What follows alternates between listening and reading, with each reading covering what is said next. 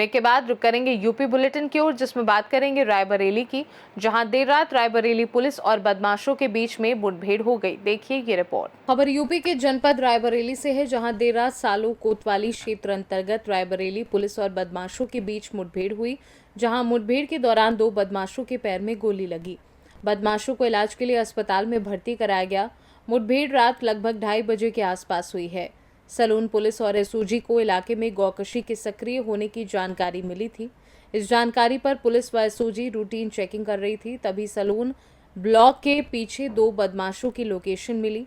बदमाशों ने आत्मसमर्पण की जगह पुलिस टीम पर ही फायर कर दिया। पुलिस की जवाबी फायरिंग में 2 बदमाशों के पैर में गोली लगी है। मुठभेड़ के बाद पकड़े गए बदमाशों में एक का नाम दिलशाद है, जो सलून कोतवाली क्षेत्र के अत्ता नगर का रहने वाला है। वहीं महाराजगंज का रहने वाला दूसरा बदमाश शहबाज है। पुलिस ने दोनों बदमाशों को घायलावस्था में सीएचसी सलून में भर्ती कराया है। आइए जानते हैं इस पूरी घटना को लेकर और क्या कुछ बताया जिले के अपर पुलिस अधीक्षक संजीव कुमार सिन्हा ने। सलून थाना क्षेत्र में एक गोवंश का अवशेष मिला था, सर मिला था। इस संबंध में मुकदमा अपराध संख्या 183/25 गोवध अधिनियम की धारा में अभियोग पंजीकृत किया गया था। सलून पुलिस द्वारा एक टीम बनाकर घटना का अनावरण का प्रयास किया जा रहा था। इस क्रम में पुलिस को मुखबिर के माध्यम से सूचना मिली कि ये लोग पुनः सलून के ब्लॉक के पीछे तालाब के पास एक गोवंश की हत्या करने का प्रयास कर रहे हैं। इस संबंध में तुरंत मौके पर पुलिस पहुंची तो वहां पे शहबान, दिलशाद और रमजान 3 गोकश थे। इसमें से इन्होंने ये पुलिस के ऊपर फायर करते हुए भागने का प्रयास किया। पुलिस ने जवाबी कार्रवाई की, जिसमें से शहबान और दिलशाद के पैर में गोली लगी है और इनको तत्काल सीएचसी भेज दिया गया है इलाज करने के लिए। और वो तीसरा साथी जो है रमजान भाग गया है। इसको भी पकड़ने के लिए दबिशें दी जा रही हैं। शीघ्र ही इनकी गिरफ्तार कर लिया जाएगा। यह भी तथ्य है कि इनके विरुद्ध जो दिलशाद है, ये सलून थाना क्षेत्र में गोकशी के 13 मुकदमे उनके विरुद्ध पंजीकृत हैं और निश्चय ही इससे गोकशी के अपराध में बिल्कुल 0 टॉलरेंस है और इसको खत्म किया जाए इस अपराध। रायबरेली से सी न्यूज़ संवाददाता मृदुलेश त्रिपाठी की रिपोर्ट। खबर बरेली से है, जहां सत्ताधारी पार्टी के ब्लॉक प्रमुख की बहन के होटल में चल रहे जिस्म फरोशी के धंधे का इज्जतनगर पुलिस ने पर्दाफाश कर दिया। क्या है पूरा मामला, देखिए। खबर बरेली से है, जहां सत्ताधारी पार्टी के ब्लॉक प्रमुख की बहन के संजय नगर स्थित संभव होटल में चल रहे जिसमें फरोशी के धंधे का इज्जतनगर पुलिस ने पर्दाफाश कर दिया है। मौके से कुल 10 आरोपियों को गिरफ्तार किया, जिनमें 7 युवतियां और 3 पुरुष शामिल हैं। गिरफ्तार युवतियों में से कई पश्चिम बंगाल, राजस्थान, झारखंड और लखनऊ की रहने वाली हैं। पुलिस की छानबीन में सामने आया है कि होटल में चल रहा देह व्यापार का नेटवर्क राष्ट्रीय स्तर पर फैला हुआ था। आरोपित महिलाएं जयपुर, कोलकाता, लखनऊ और झारखंड से बरेली बुलाई जाती थी। ये महिलाएं पैसे के लालच में अवैध धंधे में संलिप्त थी। ग्राहकों को होटल में बिना पहचान पत्र के कमरा मुहैया कराया जाता था और हर सौदे में होटल संचालिका को हिस्सा दिया जाता था। मुख्य आरोपित सत्ताधारी पार्टी के ब्लॉक प्रमुख की बहन महिलाओं को होटल तक पहुंचाने वाली महिला ब्रोकर घटना के बाद से फरार है। पुलिस की कई टीमें दोनों की गिरफ्तारी के लिए दबिश दे रही है। पूछताछ में अन्य आरोपियों ने खुलासा किया कि होटल की महिला रिसेप्शनिस्ट भी इस रैकेट की साझेदार थी और ग्राहकों की बुकिंग तथा कमरों के आवंटन का कार्य संभालती थी। छापे के दौरान पुलिस ने होटल से 82,500 नकद, 10 मोबाइल फोन, सेक्स वर्धक दवाइयां, मेकअप किट, 1 रजिस्टर और अन्य आपत्तिजनक सामान बरामद किया है। इस कार्यवाही में पंकज श्रीवास्तव, सीओ तृतीय के नेतृत्व में टीम में प्रभारी निरीक्षक थाना इज्जतनगर विजेंद्र सिंह, उप निरीक्षक जावेद अली, ब्रह्मपाल सिंह, चंचल डॉली सैनी सहित 10 से अधिक पुलिसकर्मी शामिल रहे।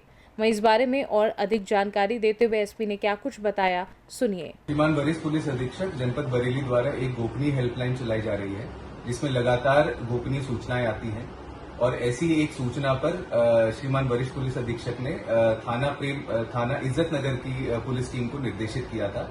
एक ये सूचना आई थी कि एक होटल के अंदर अनैतिक देह व्यापार चल रहा था, जिसमें कि थाना पुलिस मौके पर पहुंची और वहां पर ये सत्य पाई गई, यह जो सूचना थी, और मौके से टोटल 10 लोगों को गिरफ्तार किया गया, जिसमें कि 7 महिलाएं और 3 पुरुष थे। मौके से 82,500 रुपए भी बरामद हुए और 10 मोबाइल बरामद हुए हैं। इसमें सुसंगत धाराओं में मुकदमा पंजीकृत किया गया है थाना इज्जत नगर के अंदर और आगे की विधिक कार्रवाई इस प्रकरण में की जा रही है। बरेली से सीनू संवाददाता बीएस चंदेल की रिपोर्ट। खबर एटा से है, जहां जलेसर में आए आंधी और तूफान में टीन शेड के गिरने से एक ही परिवार के 6 लोग गंभीर रूप से घायल हो गए। कैसे हुआ यह हादसा, देखिए। खबर एटा से है, जहां जलेसर में बुधवार रात्रि में आए आंधी और तूफान में टीन शेड के गिरने से एक ही परिवार के 6 लोग गंभीर रूप से घायल हो गए। सूचना मिलते ही सभी घायलों को सामुदायिक स्वास्थ्य केंद्र में भर्ती कराया गया। बता दें, आंधी तूफान से क्षेत्र में सैकड़ों की संख्या में पेड़ धराशायी हुए। वहीं आंधी तूफान के कहर बरपाने से जलेसर शहर और देहात की विद्युत व्यवस्था भंग हो गई। वहीं एसडीएम भावना विमल ने सामुदायिक स्वास्थ्य केंद्र पहुंच घायलों से मुलाकात की, डॉक्टर से उपचार करने के निर्देश दिए। हालांकि पीड़ित परिवार खतरे से बाहर है। वहीं जलेसर तहसील क्षेत्र के नरौरा गांव के निवासी विवेक प्रताप सिंह सोनू की टीन शेड गिरने से मौत हो गई। इसी क्रम में बरई कल्याणपुर के पुष्पेंद्र सिंह की मौत हो गई है। सूचना मिलते ही एसडीएम भावना विमल बरई कल्याणपुर व नरौरा में मृतक के घर पहुंची। एटा से सीनू संवाददाता लखन यादव की रिपोर्ट। खबर फिरोजाबाद से है, जहां बीती रात आए तेज आंधी तूफान ने आसपास के ग्रामीण क्षेत्रों में जमकर तबाही मचाई। देखिए ये रिपोर्ट। खबर फिरोजाबाद से है, जहां बीती रात आए तेज आंधी तूफान से आसपास के ग्रामीण क्षेत्रों में जमकर तबाही मचाई है। वहीं सिरसागंज क्षेत्र में करहल रोड पर गांव अतापुर के पास स्थित एक गौसेवा केंद्र में बेजुबान गौवंशों के लिए बनाए गए टीन शेड पूरी तरह से क्षतिग्रस्त हो गए हैं। एक दीवार भी गिर गई है, जिससे गौवंश आश्रय स्थल में काफी नुकसान हुआ है। ये शेड दुग्धहीन, बेसहारा और असहाय गौवंश के लिए बनाए गए थे। राहत की बात यह रही कि सभी गौवंश सुरक्षित हैं, लेकिन तेज हवा के कारण टीन शेड की छतें उड़ गई और संरचना का बड़ा हिस्सा नष्ट हो गया। गुरुवार को सुबह करीब 10 बजे पहुंचे गौवंशों की निस्वार्थ भाव से सेवा करने वाले गौसेवक गौरी शंकर वर्मा ने क्या कुछ बताया, सुनिए। आपका नाम? गौरी शंकर वर्मा। पिताजी का नाम?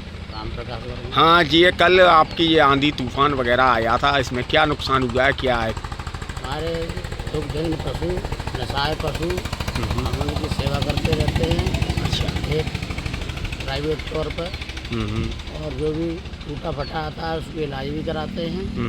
पशु जो चोटिल वगैरह आ जाते हैं वगैरह। हाँ। और हमारे यहाँ इनको चारा पानी की व्यवस्था, सारी व्यवस्था है। टी शर्ट जो डाला था वो कल आंधी के प्रकोप के कारण टी शर्ट सारा क्षतिग्रस्त हो गया है। ये आवारा गौवंशों के लिए जो आपने व्यवस्था की है, इसमें किसी का सहयोग है कि आप अपने ही निजी तौर पे करते हैं? अपने ही निजी तौर पे करते हैं, किसी का कोई सहयोग नहीं है। तो इसमें कितने पशु आप अभी रख रहे हैं? करीब 9 पशु अभी हैं। अच्छा, तो ये आप निस्वार्थ भाव से सेवा कर रहे निस्वार्थ भाव हैं। से। किस तरह के पशु आवारा आते हैं इसमें? इस तरीके इसमें सांड भी हैं, गाय भी हैं, बैल भी हैं, बछड़े भी हैं, छोटे छोटे।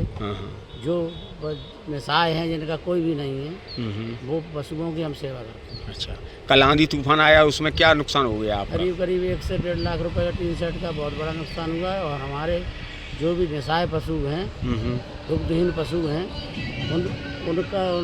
उनकी जानें बच गई, बस इतना ही खैरियत रही। अच्छा। फिरोजाबाद से सीनू संवाददाता आशीष उपाध्याय के साथ निर्विकार उपाध्याय की रिपोर्ट। आगे खबर महाराजगंज से है, जहां ग्राहक सेवा केंद्र पर अज्ञात चोर द्वारा कैमरा तोड़कर चोरी का प्रयास किया गया। मामला क्या है, देखिए इस रिपोर्ट में। खबर महाराजगंज से है, जहां कोठीभार थाना क्षेत्र के ग्राम सभा कटहरी खुर्द में ग्राहक सेवा केंद्र पर अज्ञात चोर द्वारा कैमरा तोड़कर चोरी का प्रयास किया गया। सेवा केंद्र के संचालक मिथिलेश कुमार द्वारा बताया गया कि बुधवार शाम को वो बैंक बंद करके चले गए। जब आज सुबह बैंक खोला तो देखा कि कैमरा टूटा पड़ा था, लेकिन चोरी का प्रयास करने वाले अज्ञात चोर का चेहरा स्पष्ट रूप से दिखाई दे रहा है, जिसकी सूचना कोठीभार पुलिस को दे दी है। क्या नाम है? जी, मिथिलेश कुमार नाम है मेरा। क्या घटना हुई आपके? जी, मैं स्टेट बैंक का सीएसपी चलाता हूँ। कल रात को जब मैंने 6-7 बजे के टाइम में अपना बैंक बंद करके गया तो सब कुछ ठीक था, नॉर्मल था। लेकिन सुबह जब मैंने आया तो झाड़ू जब लगा रहा था तो देखा कि कैमरा का तार टूटा हुआ है। फिर मैंने अपने सिस्टम से वीडियो रिकॉर्डिंग निकाला, लेकिन जो चोरी करने का प्रयास था उसका, उस लड़के का पूरा वीडियो रिकॉर्डिंग में चेहरा क्लियर आ रहा है। तो चोरी का प्रयास किया गया है? चोरी नहीं हुआ है, चोरी का प्रयास किया गया है अभी तक। चलिए। महाराजगंज से सीनू संवाददाता अरुणेश कुमार गुप्ता की रिपोर्ट। यूपी बुलेटिन में बस इतना ही। देश दुनिया की बाकी खबरों को जानने के लिए आप देखते रहिए सी न्यूज़ भारत।